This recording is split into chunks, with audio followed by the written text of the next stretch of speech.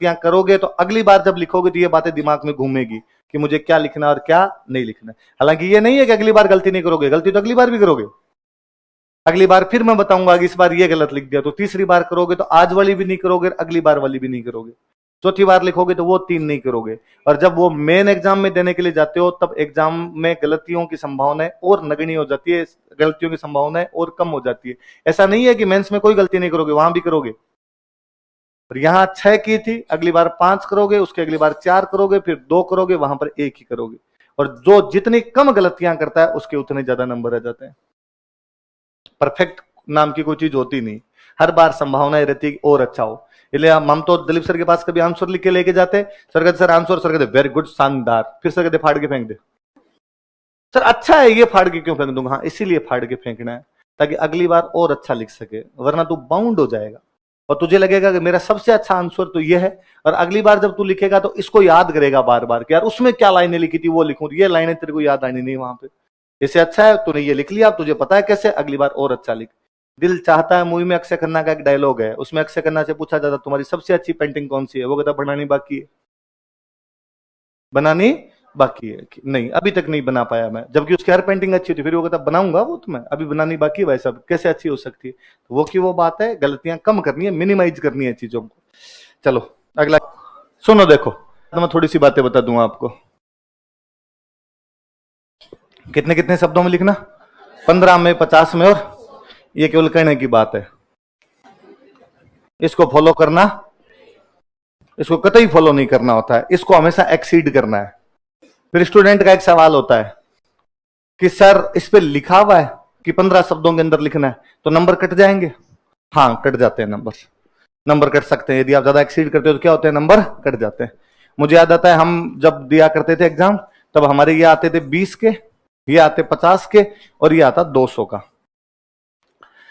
Sir ने कहा कि इनमें एक्सीड करनी है, तो हमने कहा कि सर फिर नंबर कट जाएंगे? सर ने कहा हाँ एक्सीड करते हैं तो 5 नंबर कट जाते हैं। कितने कट जाते हैं? 5 नंबर कट जाते हैं। तो सर ने कहा तू लिखेगा ही नहीं तो वैसे ही कम आएंगे, लिखेगा तब नंबर आएंगे तो उसमें से कट जाएंगे, और क्या होगा? पहली बात तो कटते नहीं है, ऐसा कोई नंबर वंबर कुछ ही नहीं करते हैं अपने आप के अंदर, पूरा लिखना होता है। और इसका मैं सबसे अच्छा उदाहरण बताऊं, पूजा यादव पिछली बार 84 रैंक है।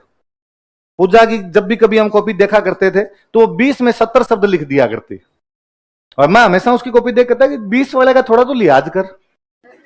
वो कह रहा है 20 में तू इसमें 70 लिखते हो, कहते मुझे आता है, इतना आता है तो मैं कर लेती हूँ। फिर मैं कहता कि तेरा पेपर छूट जाएगा तो इसमें 70 करेगी तो फिर लास्ट वाला आएगा ना, वो नहीं वो भी कर लेती हूँ, मैं कंप्लीट कर लेती हूँ।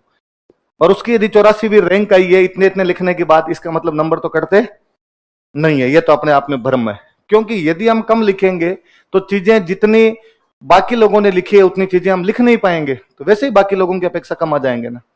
15 शब्दों वाले को लिखने का तरीका दोनों प्रकार के होते हैं। अगला पहला एक सवाल था कि 1823 में अंग्रेजों ने सबसे अंत में किस रियासत से संधि की? उत्तर 3 ही शब्दों का, सिरोही। एक लाइन के अंदर लिख दो सिरोही, खत्म। मैं कहता हूं उसके अंदर भी नंबर मिल जाता, कुछ ही नहीं। तो यदि कोई इसकी जगह ये लिख देता है कि 1823 ईस्वी में सिरोही के राजा हुआ करते थे शिव सिंह। कौन थे? उन्होंने एक अंग्रेज राजदूत के साथ संधि की थी, उसका नाम था चार्ल्स मेटकॉफ। अपने जानते हैं भाई, अंग्रेजों की तरफ से जो भी संधियां करने के लिए आया था, तो 3 नीचे वाली रियासत छोड़ दो, डूंगरपुर, बांसवाड़ा और प्रतापगढ़, उन तीनों के साथ तो संधि करने वाले बंदे का नाम था जॉन मेलकम। क्या नाम था बंदे का? उधर 3 वागड़ वाली जो 3 रियासतें, उनके साथ तो संधि कौन कर रहा था? John Malcolm. बाकी जितनी भी रियासतें थी उनके साथ संधि करने का काम कौन कर रहा था? Charles Metcalfe. कोई सिंपल सा इतना सा लिख दे कि 1823 ईस्वी में सिरोही के राजा शिव सिंह ने अंग्रेज प्रतिनिधि चार्ल्स मेटकॉफ के साथ संधि की थी। इसका मतलब आप चेक करने वाले को यह बता रहे हो, देख मुझे 3 बात आती है कि सिरोही ने की थी, उसका राजा शिव सिंह था, और जिस अंग्रेज के साथ कर रहे थे उस अंग्रेज का नाम क्या था? Charles Metcalfe. हाँ अब आप कहोगे सर मैं खाली सिरोही लिख दूं तो भी 2 नंबर मिलते हैं, ये मैं लिखूं तो भी 2 नंबर मिलते हैं, तो क्यों ना मैं खाली सिरोही लिख दूं? पर ये वाला जब आंसर कोई आपका पढ़ता है तो उस पर इंप्रेशन ये पड़ता है कि आपको थोड़ी ढंग की बातें आती है। आप सोच के देखिए कि 10 लोगों की कॉपी आपके पास में चेक होने के लिए आती है, 9 लोगों की लिखा हुआ है सिरोही सिरोही सिरोही सिरोही सिरोही सिरोही। एक बंदे की कॉपी ऐसी आती है जिसके अंदर लिखा हुआ है कि 1823 ईस्वी में सिरोही के राजा शिव सिंह ने अंग्रेज प्रतिनिधि चार्ल्स मेटकॉफ के साथ संधि की थी। क्या पढ़ने वाले को अच्छा नहीं लगता? पढ़ने वाले को थोड़ा डिफरेंट सा फील नहीं होता है? वो आपके ज्ञान को महसूस करता है, वहां पर वो फील करता है कि नहीं आपको चीजें आती है। हो सकता है उसने सिरोही सिरोही वालों को 2-2 नंबर दे दिए हो, तो आपको भी 2 देने पड़ेंगे, 2 में से 2.5 तो दे नहीं सकता। पर यकीन मानिए आगे जब कोई 5 नंबर वाला सवाल आएगा, उसके दिमाग में रहेगा कि इस बच्चे की हिस्ट्री अच्छी है, वो 5 में से बाकी लोगों को जब 3-3 दे रहा था, आपको 3.5 दे देगा। 16 क्वेश्चन है 5-5 नंबर वाले। कितने क्वेश्चन है? 16। मैं कहता हूं कि नहीं, 4 क्वेश्चन के अंदर भी यदि आप आधा नंबर ज्यादा ले गए तो कितने नंबर बढ़ा गए? 2। कितने नंबर बढ़ा गए? 2। 4 पेपर के अंदर यदि 2-2 नंबर बढ़ते हैं तो कितने बढ़े? कितना ही खेल होता है ये। 7-8 नंबरों के अंदर तो धरती इधर से उधर होती है इसके अंदर पूरी तरीके से। 7-8 नंबरों के अंदर तो आपकी रैंक पता नहीं कहां से कहां पहुंच जाती है। आप इंटरव्यू से बाहर हो जाते हो, इंटरव्यू के अंदर आ जाते हो, इंटरव्यू देने के बाद में भी आपका सिलेक्शन नहीं होता है, सिलेक्शन हो जाता है, आप एलाइड के अंदर जाते हो, आप स्टेट के अंदर आ जाते हो, स्टेट में नीचे जाते हो, स्टेट में ऊपर आ जाते हो। तब वो एक एक आधा नंबर फील होता है। जब यदि आप कभी लिस्ट उठा के देखेंगे कि 500 से 600 तक की जो रैंक है उनके अंदर 1-2 नंबर का फर्क है, उसी रैंक पे आगे खत्म हो गए। तब कोशिश करना कि अपने खूब सारी बातें लिखी जाए, जितने फैक्ट लिखे जा सकते हैं उतने फैक्ट लिखे जाए। एक खूब सारे लोगों के भ्रम होते हैं कि मेंस में फैक्ट नहीं होते हैं। एक्चुअली फैक्ट तो प्री के अंदर होते हैं। एक्चुअली मेंस पूरा कंसेप्चुअल होता है ना, तो एक्चुअली मैं ये फैक्ट याद करता ही नहीं, फैक्ट ही लिखने और कुछ ही नहीं। आज मैं बताता हूं आपको कि कैसे क्या सीखी जा सकती है। कि ऐसा नहीं आएगा क्वेश्चन पर कभी इसके आसपास भी अपने है तो अपने हाथ पांव नहीं फूले, क्योंकि जैसे है ना, आपको खूब बार लोग है ना यूं कहते हुए मिल जाएंगे। जैसे पिछली बार ही जो मेंस हुआ था तो कोई आपका देगा कि अब है ना वो कोचिंग वाले जो पढ़ाते हैं उससे पेपर नहीं आता है, तो कि अब थोड़ा लेवल है। तो क्या मतलब लेवल कैसे हो सकता है कि कोचिंग वाले क्या ऐसा गलत पढ़ा देते हैं कि वो लेवल के अंदर आ ही नहीं पाता है? क्या कोचिंग वाले जहांगीर का बाप अकबर नहीं बताते? वो जहांगीर का बाप चेंज कर देते हैं कि नहीं नहीं नहीं, अरे थोड़ा तुम पेपर देखोगे ना तो तुम्हें थोड़ा पता चलेगा। तो वो मैं और वो भ्रांतियां जो है वो मैं दूर कर देता हूं। ऐसा कोई बात नहीं होती। कोचिंग नहीं, मैं तो कहता हूं किसी कोचिंग नहीं की हुई हो बच्चे की, उसने जो कुछ पढ़ा हो उसमें से ही चीजें आती है। उसने भले कोई नोट्स पढ़ लिए हो, भले कोचिंग ली हो उसने, या उसने कोई भी किताब पढ़ ली हो, जैसा वो पढ़ के जाता है वैसा ही क्वेश्चन आता है। बस क्वेश्चन की लैंग्वेज थोड़ी चेंज हो जाती है, वो अपने आपको क्वेश्चन के हिसाब से वहां पे ढाल नहीं पाता, बस इतना ही लफड़ा हो जाता है। वो ढालना कैसे वो मैं अभी अगले जितनी देर तक ये अपना डिस्कस चलेगा मैं बता दूंगा। मैंने एक दिन और अच्छी सी आपको एक बात बताई थी। मैंने एक बात आपको बताई थी कि 2 चीजों में, एक तो मॉडर्न इंडिया में और एक वर्ल्ड हिस्ट्री में। मैंने आपको कहा था 2 ही प्रकार बड़े क्वेश्चन के बारे में कहा था कि 2 ही प्रकार के बड़े क्वेश्चन हो सकते हैं। या तो कोई कारण पूछेगा या कोई परिणाम पूछेगा। इसके अलावा नई चीज नहीं बनेगी। तीसरा मैंने कहा था कभी कभी जो नई चीज बन जाती है वो बनती है स्वरूप, मतलब नेचर, इंपैक्ट का दो, इफेक्ट का दो, रिजल्ट का दो, कॉन्सिक्वेंस का दो, कॉजेज का दो, रीजंस का दो, जो आपको मानना हो। आरएस में वो सिंपल सिंपल क्वेश्चन पूछ लेता सीधा सीधा, आईएएस वाला उसकी लैंग्वेज थोड़ी चेंज कर देता है। आपको देखना पड़ता है कि क्या पूछ रहा है क्या नहीं पूछ रहा है। अब यदि मैं बात करूं, पहला क्वेश्चन था, दिख रहा होगा आपको क्वेश्चन, या आपके पास पेपर होगा वहां से देख रहे होंगे आप। पहला क्वेश्चन लिखा हुआ है इंग्लिश के अंदर है कि महाराजा रणजीत सिंह डाइड इन 1839। बहुत सिंपल सी एक लाइन लिखी है अगले ने, महाराजा रणजीत सिंह की मृत्यु 1839 में। आपने काम भी जानते हैं, क्या बता रहे हो इसमें? His death was the signal for an outburst of anarchy all over the Punjab. उनकी मृत्यु पूरे पंजाब के लिए अराजकता के विस्फोट का संकेत था। यदि आप, जब मैं क्लास पढ़ा रहा था उस टाइम यदि आपने सोचा हो तो मैं शायद इस सेंटेंस को कई बार बोलता हूं कि यार आप देखिए पंजाब के बारे में कि 1839 में रणजीत सिंह जी की मृत्यु होती है और मात्र 10 साल के अंदर अंदर पंजाब का विलय हो जाता है। 1839 में रणजीत सिंह की मृत्यु है और 1849 में पंजाब अंग्रेजी साम्राज्य का ग्रास बन गया था। पंजाब का अंग्रेजी साम्राज्य द्वारा विलय कर लिया गया था। इसका मतलब इन 10 सालों के अंदर कुछ ऐसा हुआ है जिसकी वजह से पंजाब का अंग्रेजी साम्राज्य में विलय हो गया। क्वेश्चन एग्जैक्टली ये है कि पंजाब के अंग्रेजी साम्राज्य में विलय के कारण बताइए। मृत्यु के बाद की बात कर रहा है ये अपने आप के अंदर। मृत्यु के बाद अराजकता फैली, अराजकता से क्या हुआ? उसका विलय हुआ। आप या मैं इस क्वेश्चन को और चेंज कर दूं, तो मैं इस क्वेश्चन को यह बना सकता हूं कि रणजीत सिंह की मृत्यु का पंजाब पर क्या प्रभाव पड़ा, क्या परिणाम हुआ। या तो कारण होंगे या परिणाम होंगे।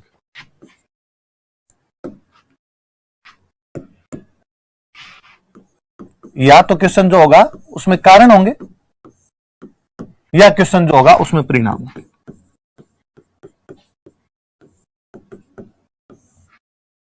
किसी भी घटना से पहले होने वाली तमाम घटनाएं कारण है, किसी भी घटना के बाद में होने वाली तमाम घटनाएं उसके परिणाम है। रणजीत सिंह की मृत्यु के बाद पंजाब में क्या हुआ, परिणाम। 1849 में पंजाब के विलय के पहले पंजाब में क्या हुआ, कारण। एक ही बात है, किधर से शुरू कर लीजिए आप वहीं पर पहुंचेंगे। तो क्वेश्चन देख के पहले तो यह समझना जरूरी है कि ये कारण पूछ रहा है या परिणाम पूछ रहा है।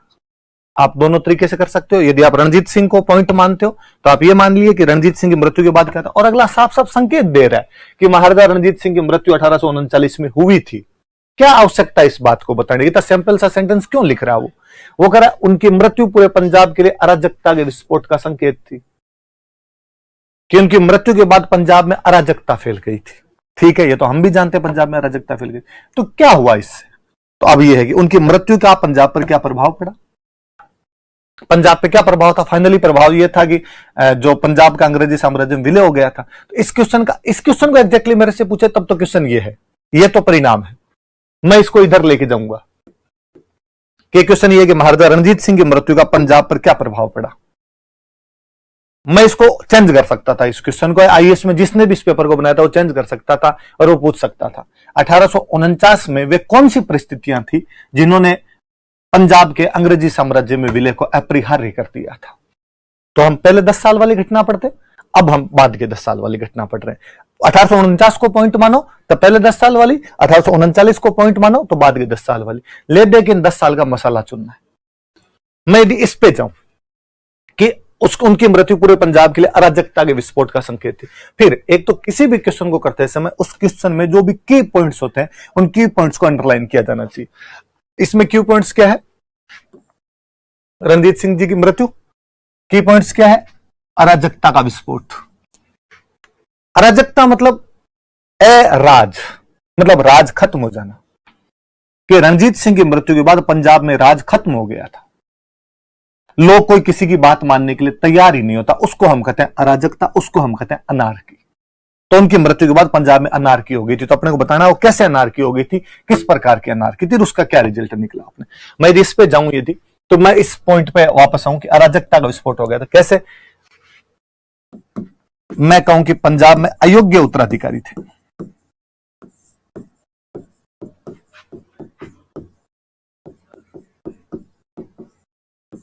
पंजाब में क्या थे, अयोग्य उत्तराधिकारी थे, इनकम्पिटेंट सक्सेसर जो हुए थे। इस लाइन को जब मैं लिखूं तो मैं पूरा लिखूं कि रणजीत सिंह जी की मृत्यु के बाद उनके जो उत्तराधिकारी थे वो उनके समान सक्षम नहीं थे, इसलिए वो एक पंजाब राज्य को एकीकृत रख पाने के अंदर असफल रहे। खड़ग सिंह, नौनिहाल सिंह, शेर सिंह और दलीप सिंह। मैं जब लिखवा रहा था तब भी मैंने बात बताई थी कि खड़ग सिंह रणजीत सिंह का बेटा था, खड़ग सिंह बनता है। खड़ग सिंह का बेटा नौनिहाल सिंह है जो अपने बाप को गिरफ्तार कर लेता है खड़ग सिंह को, और नौनिहाल सिंह बन जाता है। खड़ग सिंह की डेथ होती है जेल के अंदर रहते हुए। खड़ग सिंह को जलाने के लिए गए थे, वापस घर पे आए, उसी दिन नौनिहाल सिंह मर गया था। बाद में रणजीत सिंह का एक और बेटा शेर सिंह, उसको बनाया गया। शेर सिंह का बाद में मर्डर होता है। एक और बेटा है आपका दलीप सिंह, उसको बनाया गया। और दलीप सिंह के आगे वाली कहानी आप सबको पता है कि उसके साथ में क्या हुआ था, क्या नहीं हुआ था, वो तमाम बातें आप जानते हो। एक तो सिंपल सी लाइन, ये बात मैंने आपको लिखवाई। पंजाब का विलय क्यों हुआ था, ये कारण जब पढ़ रहे थे तो इन कारणों के अंदर मैंने एक कारण ये बताया। चीजें वो की वो है, उनको अलग फ्लेवर के अंदर लिखना होता है कि आप किस तरीके से उनको प्रेजेंट कर पाएंगे। तो रणजीत सिंह की मृत्यु 1839 में, उनकी मृत्यु पूरे पंजाब के लिए अराजकता के विस्फोट का संकेत है। आप लिखिए कि हां, 1839 में रणजीत सिंह की मृत्यु के बाद रणजीत सिंह के अयोग्य उत्तराधिकारियों के कारण पंजाब में अराजकता फैल गई थी। लगातार बदलते हुए राजा तथा आपसी षड्यंत्रों ने माहौल को बहुत ही ज्यादा खराब कर दिया था। आप लिख सकते हैं इस बात को, उत्तराधिकारी लिखे, वहां पर तीनों चारों के नाम लिखो, ताकि पढ़ने वाले को ये लगे कि नहीं, आपको पता है कि वास्तव में उत्तराधिकारी कौन कौन थे। वरना तो किसी भी राज्य के अंदर अराजकता का कारण किसी बड़े राजा के मरने के बाद में उसके अयोग्य उत्तराधिकारी होते हैं। ये बात मैं औरंगजेब के बारे में भी लिख सकता हूं, ये बात मैं अशोक के बारे में भी लिख सकता हूं, पर मैं एक सिंपल लिखता हूं कि औरंगजेब के मृत्यु के बाद मुगल साम्राज्य में अराजकता फैल गई थी। अब मुझे औरंगजेब के उत्तराधिकारी तो नहीं याद, मैं सिंपल ये बात लिख सकता हूं कि अशोक के मरने के बाद उसके उत्तराधिकारी सक्षम नहीं थे, इसलिए मौर्य साम्राज्य एकजुट नहीं रह सका। मुझे उत्तराधिकारी नहीं याद। एक जब मैं ये लिखता हूं कि रणजीत सिंह जी की मृत्यु के बाद उनके अयोग्य उत्तराधिकारियों यथा खड़ग सिंह, नौनिहाल सिंह, शेर सिंह तथा दलीप सिंह के समय में राज्य पूरी तरीके से पटरी से उतर चुका था, जो लैंग्वेज आपको लिखनी हो, और इन अयोग्य उत्तराधिकारियों के कारण पंजाब में अराजकता फैल गई थी।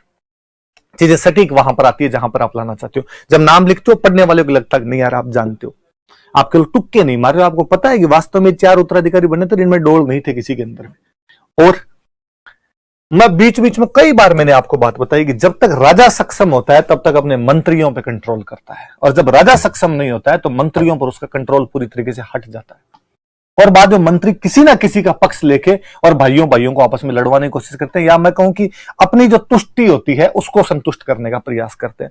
जैसे हमने मुगलों में पढ़ा था कि औरंगजेब के बाद में जितने राजा बने थे उनको कभी सैयद गुट आ जाता है, कभी कोई जुल्फिकार खान आ जाता है, कभी इमादुल मुल्क आ जाता है, कोई ना कोई उनको बनाने की कोशिश कर रहा है। जैसे हम मराठों के अंदर पढ़ रहे थे कि मराठे है जो मराठों में आपके पेशवा जो है वो पहले छत्रपतियों को बनाने की कोशिश करते हैं, और बाद में जो पेशवा कमजोर हुए तो सिंधिया होलकर हावी होने लग जाते हैं, ये पेशवा को बनाने की कोशिश करने लग जाते हैं। सेम यदि किसी ने ध्यान दिया तो मैं एक बात बोलता हूं बार बार कि लाहौर वाली संधि के टाइम के अंदर मतलब इतने पावरफुल हो गए थे इनके सामंत, गुलाब सिंह डोगरा जो था अंग्रेजों से कश्मीर खरीद लेता है, तो इसका मतलब मंत्री जो है वो राजा पर ज्यादा हावी होते जाए। अराजकता क्यों फैलेगी?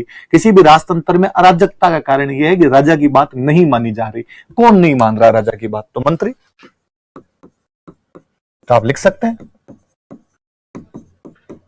अयोग्य उत्तराधिकारी लिखते अपने आप में अगली लाइन लिखी जा सकती है कि इन अयोग्य उत्तराधिकारियों के कारण राजा का अपने मंत्रिमंडल पर, राजा का अपने मंत्रियों पर, राजा का अपने सामंतों पर कोई अधिकार नहीं बचा था, और मंत्री अपनी मनमानी करने लग गए थे, वो गुटों के अंदर विभाजित हो गए थे, और वो गुटबाजी राजतंत्र को और कमजोर कर रही थी। ये बंदा कहता है इसको राजा बनाया जाए, ये बंदा कहता है इसको राजा बनाया जाए। खड़ग सिंह अपने बाप नौनिहाल सिंह अपने बाप खड़ग सिंह को गिरफ्तार करके राजा बन रहा है, इसका मतलब गुट बने हुए आपस के अंदर, तो आपसे गुटबाजी नहीं करती। और एक बात इसमें ध्यान रखना, कभी को दोबारा पंजाब का पूछे तो मैंने नहीं लिखवाया होगा कि उधर अपने आर्य समिति काम की भी बात नहीं होती। गुलाब सिंह डोगरा वाला याद रखना कि गुलाब सिंह डोगरा तो बाद में बाकायदा कश्मीर का स्वतंत्र राजा ही बन जाता है यार, इनसे अलग होकर। जिस प्रकार मोहम्मद शाह रंगीला के टाइम के अंदर खूब सारे जो उनके मंत्री थे अलग अलग राज्यों की स्थापना कर देते हैं, गुलाब सिंह डोगरा कश्मीर अलग से ले लेता है। तो यहाँ पे डोगरा गुट बहुत ज्यादा हावी हो गया था, और इस डोगरा गुट की वजह से भी पंजाब में अराजकता आ गई। और बड़ा रीजन, डोगरे हिंदू थे, रणजीत सिंह सिख थे, तो उनके बेटे सिख, तो सिखों के राज्य में जब हिंदुओं की ज्यादा चलने लगी तो कहीं ना कहीं वो क्लेश होना शुरू हुआ। जो सिखों के दूसरे गुट वाले थे उनको लगा कि यार ये अपने राजा पे ठीक मनमानियां करते हैं।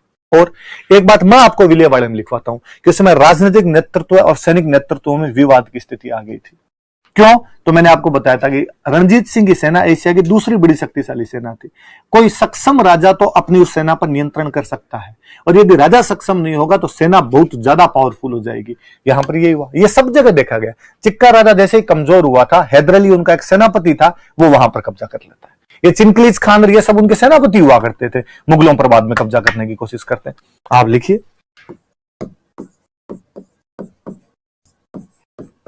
कि राजा वर्सेज सेना,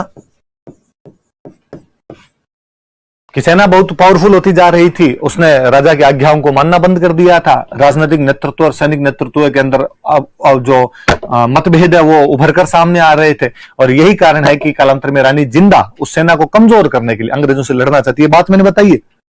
मैं हमेशा कहता हूं क्लास के अंदर जो मास्टर लिखवाता है उससे भी ज्यादा इंपॉर्टेंट वो होता है जो वो नहीं लिखवाता है, वो केवल बोलता है।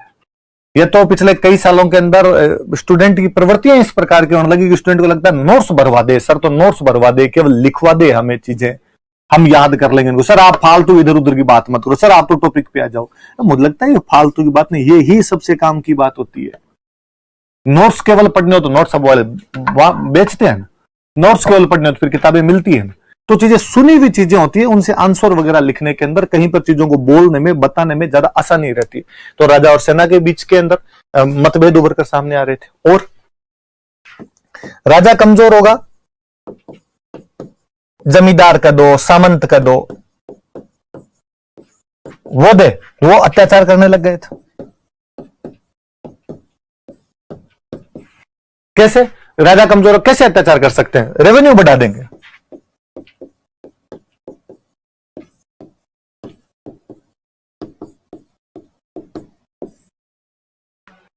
राजस्व में वृद्धि करनी शुरू कर दी। मैं फिर कारण आपको बताता हूं कि दूसरे अंग्रेज पंजाब युद्ध के टाइम में मुल्तान के गवर्नर मूलराज और हजारा के गवर्नर चतर सिंह ने विद्रोह किया था। आप वीडियो सुन लेना, मैं फिर उसके अंदर आपको बताता हूं कि इन दोनों, ये जो दोनों गवर्नर थे, अंग्रेजों को राजस्व नहीं चुका पाए थे और इसलिए अंग्रेज इनको हटाकर दूसरे लोगों को बनाना चाहते थे। दूसरे लोगों को बनाने के लिए जब अंग्रेजों ने अपने ऑफिसर भेजे तो इन दोनों ने उनको मार के वहां पर विद्रोह कर दिया था।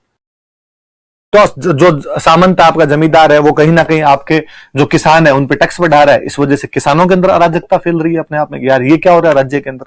सेना जो है अपनी मनमानियां कर रही है। सेना ने तो अपनी पंचायतें बना ली थी कि हम जैसे करेंगे वैसे होगा, हमारे अलग सेपरेट पूरा एकदम सिस्टम चलेगा। राजा और मंत्री आपस में नहीं बांध रहे। मंत्रियों के गुट अक्सर राजाओं को उठाने में, राजाओं को गिराने के अंदर मुख्य भूमिका निभाने लग गए थे। अयोग्य उत्तराधिकारी जो थे वो इन परिस्थितियों को समझ नहीं पाए थे। ये तो सीधी सीधी सी बात कि अराजकता के विस्फोट का संकेत था कि अराजकता कहां कहां दिखाई देती है। तो सिंपल पहली बात तो 60-70 शब्दों के अंदर तो ये लिखा जाना चाहिए। आईएएस वाले जो क्वेश्चन होते हैं उनमें एक बहुत अच्छी बात होती है, वो केवल आपसे एक डायमेंशन नहीं मांगता, उसकी कई सारी डायमेंशन होती है। जो मैं उस दिन बता रहा था कि चर्बी वाले कारतूसों से 57 की क्रांति हुई, तो इसमें केवल चर्बी वाले कारतूस नहीं लिखने, अपने को खूब सारी बातें लिखनी। अब क्वेश्चन है कि उनकी मृत्यु पूरे पंजाब के लिए अराजकता के विस्फोट का संकेत था। तो एक तो ये पूरी बात लिख दी कि हाँ, रणजीत सिंह की मृत्यु के बाद में पंजाब में अराजकता फैल गई थी। क्यों? क्योंकि रणजीत सिंह की मृत्यु के बाद में उनके उत्तराधिकारी अयोग्य हो गए थे। ये उत्तराधिकारी थे। इन अयोग्य उत्तराधिकारियों के कारण मंत्रियों के गुट बन गए थे। वो अक्सर एक राजा को हटाने तथा दूसरे राजा को बनाने में लगे। आप देखो 10 साल में 4 राजा बन गए। एक राजा को हटाने और दूसरे राजा को बनाने के अंदर लग गए थे और जो राज्य था वो षड्यंत्रों का अड्डा बनकर रह गया था। आप और लिखिए कि जो सेना थी वो रणजीत सिंह के टाइम में बहुत अधिक पावरफुल हो गई थी। उस सेना के भरोसे ही पंजाब ने अपना साम्राज्य विस्तार किया था। लेकिन अब सक्षम राजा के नहीं रहने पर वह जो सेना थी वह अब राज्य पर नियंत्रण स्थापित करना चाहती थी। इसलिए राजनीतिक नेतृत्व और सैनिक नेतृत्व में मतभेद उभर कर सामने आने लग गए थे और कालांतर में प्रथम अंग्रेज सिख युद्ध के पीछे रानी जिंदा की सेना को समाप्त करने की महत्वाकांक्षाएं ज्यादा जिम्मेदार थी। आप और लिखिए कि जमींदार और सामंत जो थे उन्होंने अत्याचार करने शुरू कर दिए थे। वो अक्सर राजस्व बढ़ा दिया करते थे। इन वजह से पंजाब के अलग अलग क्षेत्रों के अंदर विद्रोह की संभावनाएं उमड़ रही थी। और आप इसी के अंदर अराजकता और कारण क्या था? अराजकता और कारण आप लिख सकते हैं रानी जिंदा की महत्वाकांक्षाएं, रानी जिंदा के जो एम्बिशंस थे,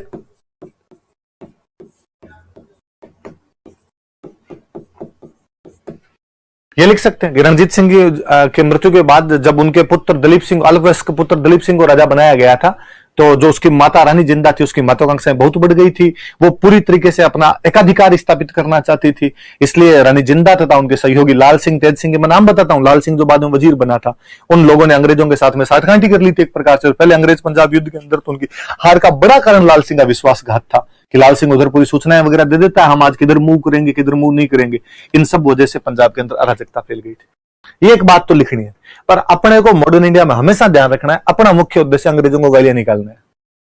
इसलिए ये सारी बात लिख के भाई, ये 60-70 शब्द हो जाएंगे आपके आराम से। भाई 5 पॉइंट लिखोगे, एक में 10-10, 12-12 शब्द लिखोगे, 60 शब्द हो जाएंगे। फिर नीचे लिखो कि हालांकि इन सब अराजकता के अलावा भी, या इस अराजकता के अलावा भी, रणजीत सिंह जी की मृत्यु के बाद अंग्रेजी साम्राज्यवाद भी एक मुख्य कारण था जिसने पंजाब में इस अराजकता को बढ़ावा देने का कार्य किया था। आप फिर उसके अंदर लिखो कि जिस प्रकार प्रथम अंग्रेज पंजाब युद्ध के अंदर मेजर ब्रॉडफुट, मैंने लिखवाया है बाकायदा कि लुधियाना के अंदर अपनी सेना लगा देता है, कि मेजर ब्रॉडफुट की महत्वाकांक्षाएं ज्यादा जिम्मेदार थी। वह पंजाब पर ललचाई नजरों से देख रहा था। इस वजह से इस अराजकता को और बढ़ावा मिला था। आप उसको और कंटिन्यू करो। आप कहोगे जब प्रथम अंग्रेज पंजाब युद्ध के बाद में जब अंग्रेजों ने लाहौर की सरकार पर अपना नियंत्रण स्थापित कर लिया था, तो दूसरे अंग्रेज पंजाब युद्ध के लिए पंजाब को कतई जिम्मेदार नहीं ठहराया जा सकता था। लेकिन इसके बावजूद डलहौजी ने पंजाब को जिम्मेदार ठहराते हुए पंजाब पर युद्ध थोप दिया था और पंजाब का अंग्रेजी साम्राज्य में विलय कर लिया था। ये अंग्रेजों की साम्राज्यवाद की नीति थी। वो रणजीत सिंह जी की मृत्यु के बाद ही पंजाब के विलय के अवसर देख रहे थे। 1843 में सिंध के विलय के बाद ये निश्चित हो चुका था कि अब पंजाब का विलय दूर की बात नहीं है। अंग्रेज ऐसा क्यों करना चाहते हैं? आप वापस लिखो, क्योंकि मैंने बार बार ये लाइन बोली है कि अंग्रेज अफगानिस्तान वाली अपनी बाउंड्री को बहुत सिक्योर करना चाहते थे। और उनको लगता था यार अफगानिस्तान के अंदर यदि कोई दूसरी शक्ति आ गई डायरेक्ट इंडिया पर आ जाएगी, और उनको लगता था कि यार इंडिया पे आ जाए तो इंडिया का वो पोर्शन जो अफगानिस्तान की टच करता वो अपने कंट्रोल में रहे। इसलिए 1838 में रणजीत सिंह को भी त्रिपक्षीय संधि के लिए मजबूर कर दिया गया था कि तू हमसे संधि कर, और हम अफगानिस्तान पे कंट्रोल करना चाहते हैं हमारा। आप और लिखिए कि अंग्रेजों द्वारा पंजाब का विलय करने के पीछे भी उनकी वह साम्राज्य विस्तार की नीति थी, जिसके तहत वो भारत की भौगोलिक सीमा को या भारत की वैज्ञानिक सीमा को पूर्णतः सुरक्षित करना चाहते थे, ताकि यदि विदेशी किसी अन्य यूरोपीय शक्ति द्वारा, किसी अन्य विदेशी शक्ति द्वारा भारत में किसी प्रकार का हस्तक्षेप करने का प्रयास किया जाए तो उसको पंजाब से जवाब दिया जा सके। आप इसके अंदर एक लाइन और जोड़ सकते हैं और आप लिखिए और कि इन सब के अलावा भी पंजाब का हरा भरा प्रदेश तो अपने आप में अंग्रेजों को आमंत्रण ही दे रहा था कि आइए और मेरा भरपूर शोषण कीजिए। यहां पर जब वो पूरे भारत के अंदर ही कर रहे थे तो यहां पर भी कर लिया। मतलब अंग्रेजों के बारे में एक बात तो सब जगह लिखनी है कि भाई हर चीज के पीछे कोई ना कोई कारण तो होते हैं। तो आप कहना ये कारण ये कारण ये कारण तो थे, पर इसके अलावा एक कारण हमेशा ये था कि अंग्रेज कहीं पर भी कब्जा करना चाहते थे, क्योंकि उनको अपना व्यापार बढ़ाना था, क्योंकि उनको हमारे यहां से धन लूटना था, क्योंकि उन्हें यहां पर अपने जो पैसा लूट लूट के इंग्लैंड भेजना था। इसलिए वो कहीं पर भी इस प्रकार के इंटरफेयर किया करते थे। पहले वो इंटरफेयर क्यों नहीं कर पाए? क्योंकि रणजीत सिंह एक सक्षम राजा थे, दूसरा रणजीत सिंह ने उनकी लगभग सारी बातें मान ली थी, इसलिए उनको मौका नहीं दिया था। मैंने फिर बीच में बार बार एक सेंटेंस बोला होगा, ऑस्बर्न नाम का एक इतिहासकार उसका सेंटेंस बोला होगा कि रणजीत सिंह की मृत्यु पर उसने कहा था कि कंपनी तो बड़े बड़े ऊंटों को खा चुकी है, इस मच्छर की तो औकात ही क्या है। तो जब उनके लक्ष्य तो इन बातों से स्पष्ट हो रहे हैं कि वो क्या करना चाहते हैं और क्या नहीं करना चाहते थे, तो ये तमाम बातें लिखेंगे। आईएएस वाले क्वेश्चनों में होता क्या है कि वो केवल एक चीज नहीं पूछना चाहता आपसे, वो 3-4 जगह की चीजें उठवा के पूछना चाहता है। अब ये कोई क्वेश्चन होता है तो इसके अंदर क्या लिखते हैं, वापस सुनिए आप, दिमाग से, ठंडे दिमाग से बातें सुनिए ताकि आगे वाले क्वेश्चनों में भी काम आए। ये क्वेश्चन कह रहा है कि रणजीत सिंह की मृत्यु के बाद में पंजाब में क्या हुआ था?